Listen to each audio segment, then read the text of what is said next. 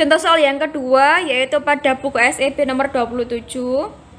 Nah, bunyi soalnya adalah a billiard ball.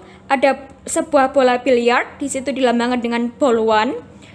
Moves bergerak pada di atas a billiard table, di atas meja biliar dengan kecepatan 1,6 pada sumbu Y plus direction, pada arah Y positif.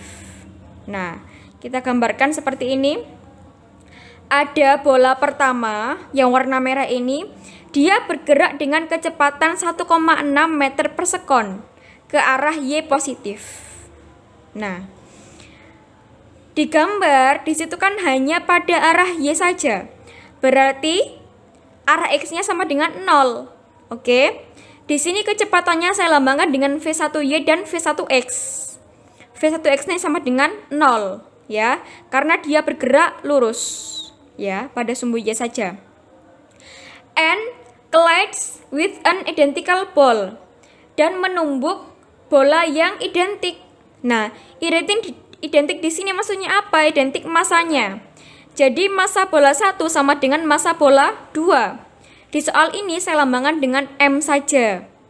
Nah, keterangannya di sini bola 2 ini keadaannya adalah which is initially at rest. Jadi keadaan awal dari bola 2 adalah diam.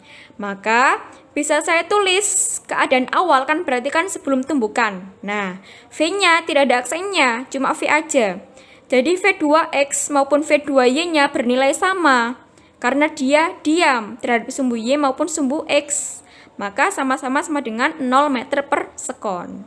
Oke, kemudian kita lanjutkan soalnya.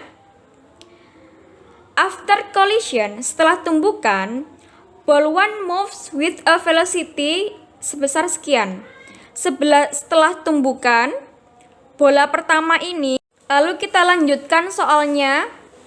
Yang ditanyakan adalah the magnitude of vector V aksen 2 is berapa?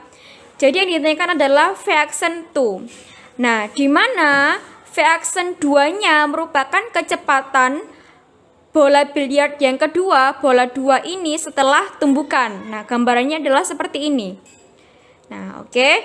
Kemudian kita fokuskan perhatian kita pada kecepatan bola kedua ini setelah tumbukan. Kita perbesar lagi, perjelas lagi gambaran pergerakan bola kedua setelah tumbukan. Nah, di sini jika saya taruh ada sudut alfa di antara V aksen 2 dengan sumbu X seperti ini, maka kita peroleh proyeksi V aksen 2 terhadap sumbu X. V aksen 2X di sini sama dengan V aksen 2 cos alfa. Sementara proyeksi V aksen 2 pada sumbu Y adalah V aksen 2 sin alfa. Oke. Nah, jika V aksen 2Y ini saya geser ke kiri sehingga lengkap membentuk segitiga ya seperti ini. Nah, maka kita peroleh V aksen 2 ini merupakan resultan antara V aksen 2X dengan V aksen 2Y. Paham ya? Jadi, seperti yang saya bilang di sebelumnya, resultan kalau metode segitiga itu kan diambil dari pangkal vektor pertama sampai ujung vektor kedua.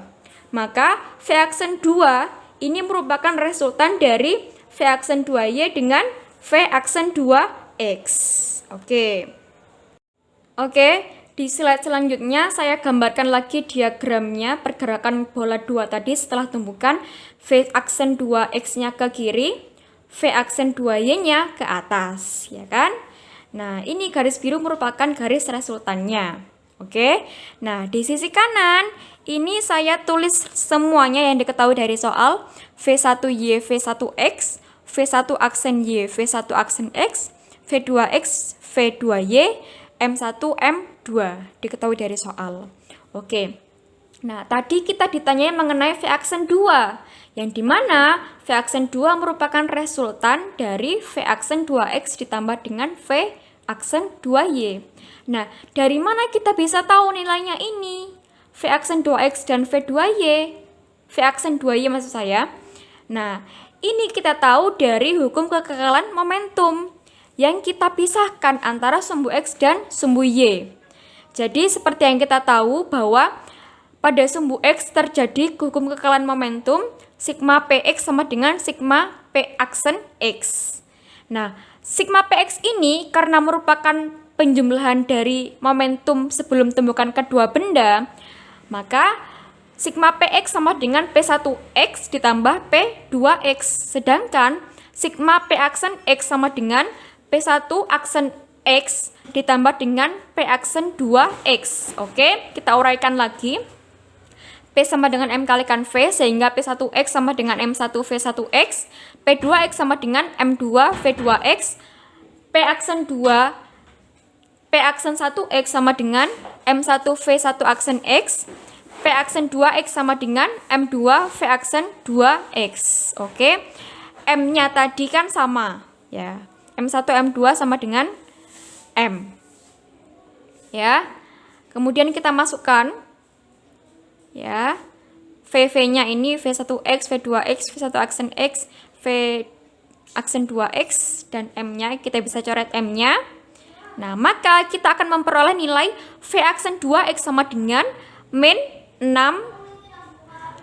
kali 10 pangkat min 1 atau min 0,6 meter per sekon. Nah, kita udah tahu V aksen 2x-nya. Tinggal cari V aksen 2y-nya. Dari mana? Dari sini. Dari sigma PY sama dengan sigma P aksen Y. Total momentum kedua benda sebelum tumbukan pada sumbu Y sama dengan total momentum kedua benda setelah tumbukan pada sumbu Y. Sama seperti tadi kita uraikan, M-nya sama, kita bisa coret, kita masukkan nilai V-nya sehingga kita peroleh V aksen 2Y sama dengan 0,8 meter per sekon. Nah, dari sini untuk mencari V aksen 2 kita pakai perhitungan vektor, perhitungan resultan vektor. Nah, rumusnya akar-akar tadi, jadi V aksen 2 sama dengan akar dari vektor pertama kuadrat ditambah akar dari vektor kedua kuadrat ditambah dengan 2 kali vektor pertama kali vektor kedua kalikan cos theta, ya. Tetanya sama, jadi theta ini merupakan sudut antara dua vektor, vektor V aksen 2x dan V aksen 2y, maka sudutnya sama dengan 90 derajat. Sehingga karena cos 90 derajat sama dengan 0, maka kita peroleh ini saja akar. Ini dikuadratkan menghasilkan 0,36, ini dikuadratkan menghasilkan 0,64, sehingga dihasilkan akar 1. Sehingga V aksen 2-nya kita peroleh 1 meter per sekon. Seperti itu.